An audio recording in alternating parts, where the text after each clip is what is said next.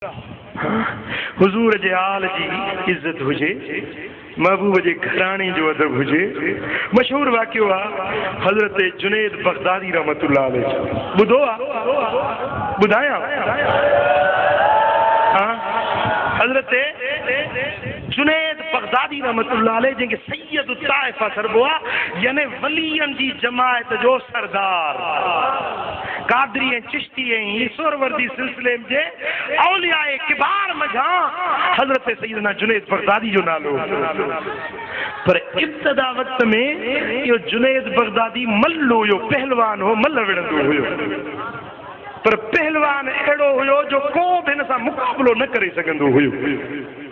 एॾो मशहूर पहलवान हुयो, बादशाह जो ख़ासि मुक़ररु थियल मल्ल हुयो। बादशाह जे सरकारी खज़ाने मां उनखे माहवार पघार मिलंदी हुई, खाधो पीतो सभु गवर्नमेंट उनखे ॾींदी हुई।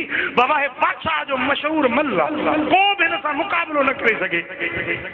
साईं हिकिड़ो वक़्तु अहिड़ो आयो जो हिकिड़ो डुबरो माण्हू, हीणो माण्हू, कमज़ोर माण्हू आयो, चई त मां जेको बादशाह जो मल्ल आहे न उन सां मल्ल विढ़ंदुसि, कुश्ती लड़ंदुसि। माण्हुनि खे हैरत लॻी त हो हेड़ो जुनैद बगदादी पहलवान, हे मिस्कीन माण्हू, हे अफरो माण्हू, हे कीअं हुन सां मल्ल विढ़ंदो? कि बाबा मां मल्ल विढ़ंदुसि, हीणो आहियां पर गुर त ॼाणा थो न, गुर त ॼाणा थो न मल्ल जा। सही ॻाल्हि वञी बादशाह ताईं पहुती। सही हिकिड़ो माण्हू आयो आहे जे मल्ल सां चए थो त मां मल्ल विढ़ंदुसि। बादशाह जो घुरायो पहुतो, छा आहे चई तुंहिंजे पहलवान जुनैद सां मां मल्ल विढ़ंदुसि। घुराई जुनैद खे, सॼी उमिरि पघारूं खाधियूं अथई, हाणे अॼु देखा हे पोड़ो माण्हू आयो आहे, हे तो तोखे चैलेंज करे ॾिसी जीअं हे मूंसां मल्ल विढ़ंदो। सही ॾींहुं मुक़ररु थियो, वक़्तु मुक़ररु थियो, जाइ मुक़ररु थी। उन ॾींहं ते बादशाह बि अचे वेठो, वज़ीर वेठा, मुशीर वेठा, आयाने सल्तनत वेठा, अवाम वेठो, हज़ारे माण्हू गॾु थिया। ही कमज़ोर माण्हू हे कीअं थो जुनैद सां मल्ल विढ़े?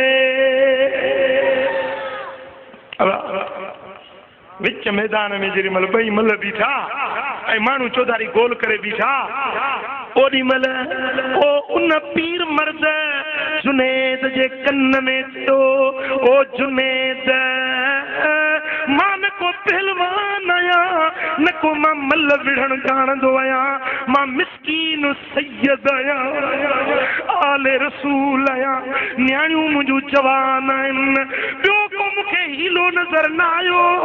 हाणे इहो बहानो कयो अथमि, तूं महिरबानी करे मुंहिंजो भरम रखजांइ, मूंॾे न ॾिसजांइ, मुंहिंजे नाने मुहम्मद करीम ॾे ॾिसजांइ।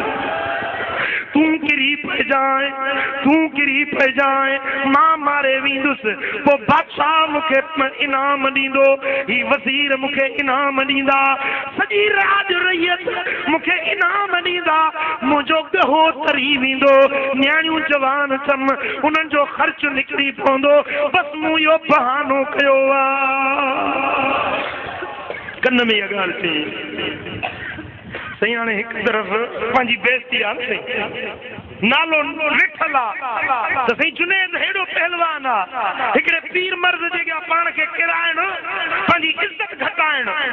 पर जेॾी महिल ॿुधई त मुंहिंजे दिलि पर मुहम्मद करीम जी आल बस उहो ख़्याल अची वियुसि, जेॾी महिल मल्ल विहण लॻा आहिनि त हीअं जुनैद खणी पाण खे किरायो, पीर मर्द मथां जुनैद हेठि, ख़ुशी जा ऐलान थी विया, बाबा वाह जो पहलवान आयो आहे।